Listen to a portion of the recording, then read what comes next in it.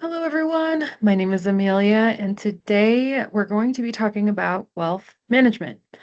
And so here I'm going to walk you through the Bonaparte Wealth Management Foundation, and I'm going to go ahead and answer the question of why this even matters.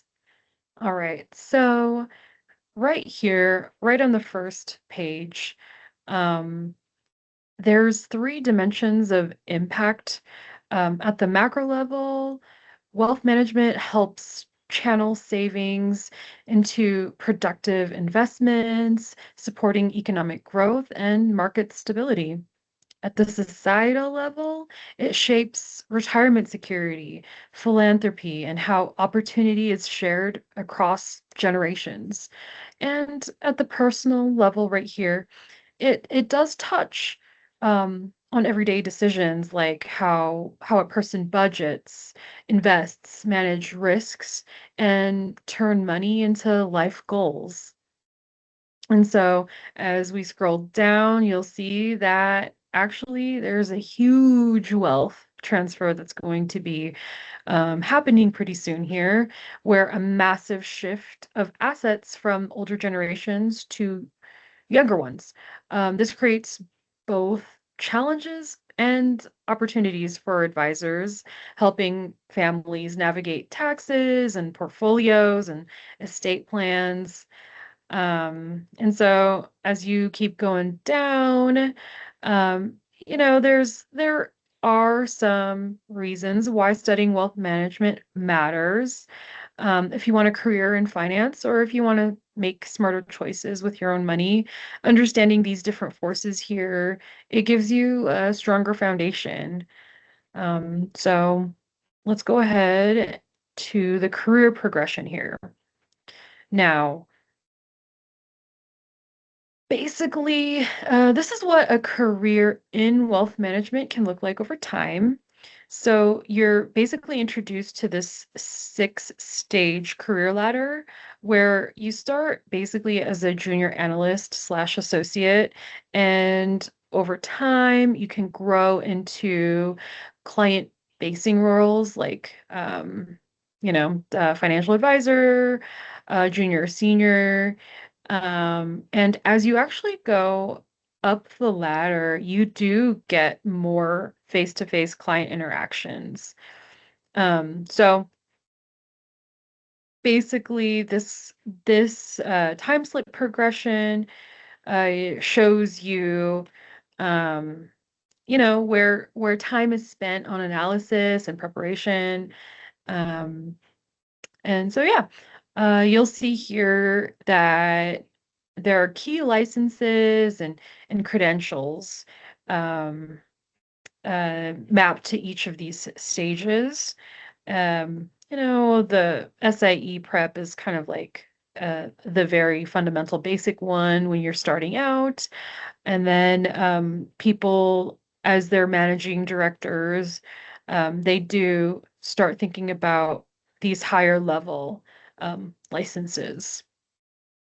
So as we go on to the core concepts here, so here it's organized into four pillars of wealth management. So the first one is investment management, then financial planning, tax planning, and estate planning. So you see how these pillars work kind of in concert with each other and the way that assets are structured and passed on. Um, Down here to the wealth pyramid, this is basically a visual way for you to see how, you know, long-term investing and retirement planning, um, ha and, like, all of this, just kind of works together. Um, and some essential terms for those of you who are, like, so new to wealth management, these are really good terms to kind of get familiar with. Yeah, you can read more about this. All right, let's go to the client journey. So This tab, it walks you through the very first meeting to down here where the long-term legacy planning takes place. This basically breaks down the 6 stages where like an advisor learns your goals, a client's goals, and gathers data to here in stage 2 where those goals are translated into a plan, and then these investments are aligned or like um the investments are aligned with the plan. Um, where both markets and life changes are tracked. And yeah, you could read more about the different stages of basically being a client or advising a client. And so here you'll be introduced. This is the idea of the advisor alpha. Um, it's research that attempts to quantify the value of good advice, showing how behavioral coaching, disciplined rebalancing, cost and tax awareness, um, thoughtful planning, um, they can add meaningful net benefit over time, beyond what a lot of investors achieve on their own. And as you keep going down here, you'll see that these are definitely what clients value. So trust and transparency, goal alignment, and digital access.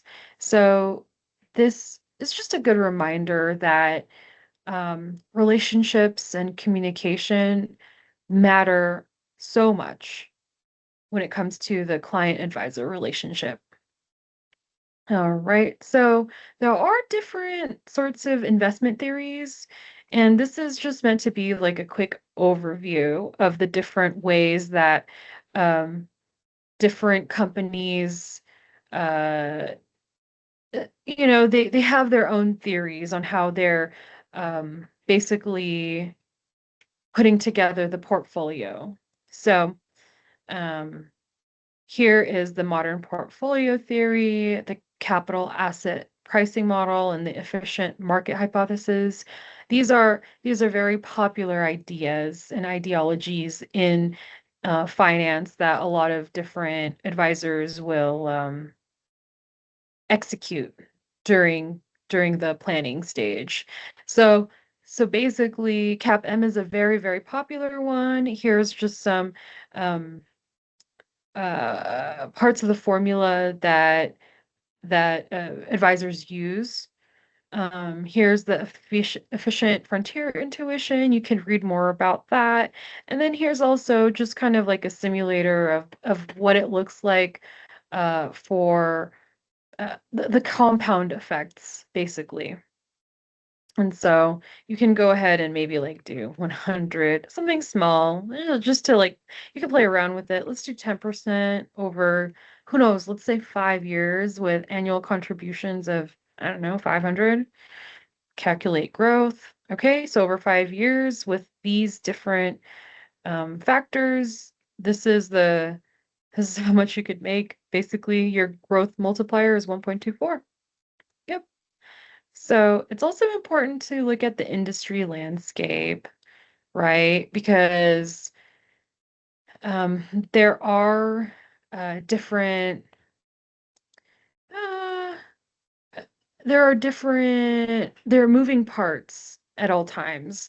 And so here you're introduced to the major business models um, in wealth management. So like large wirehouses at big banks, uh, RIAs or registered investment advisors, private banks, and family offices that serve complex multi-generational wealth.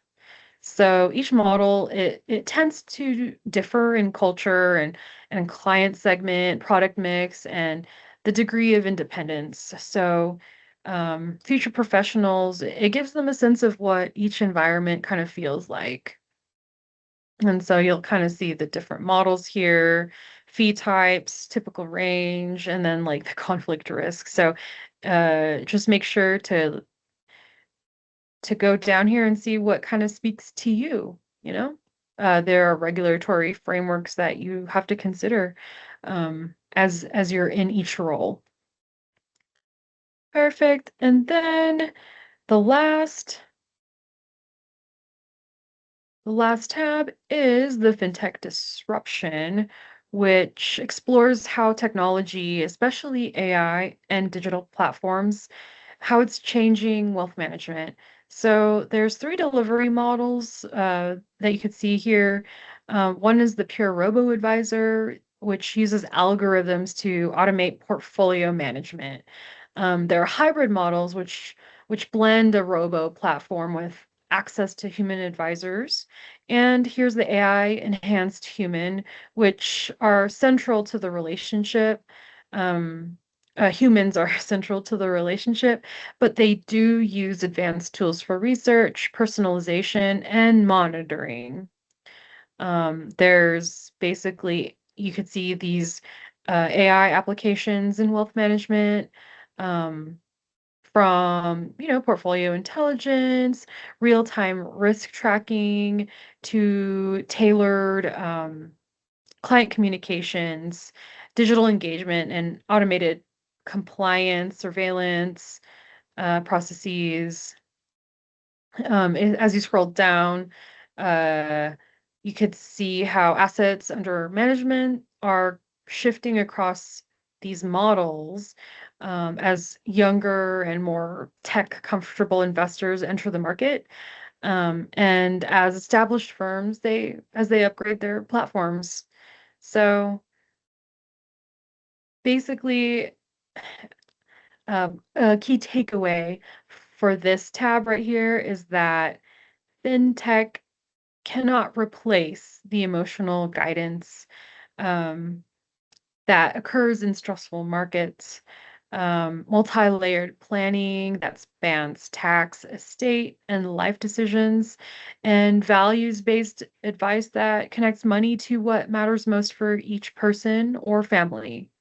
So technology can amplify good advice, but it doesn't remove the need for thoughtful, human-centered wealth management. So that's all I have for you today. I hope you learned a little bit about what wealth management is and what it isn't. Thank you.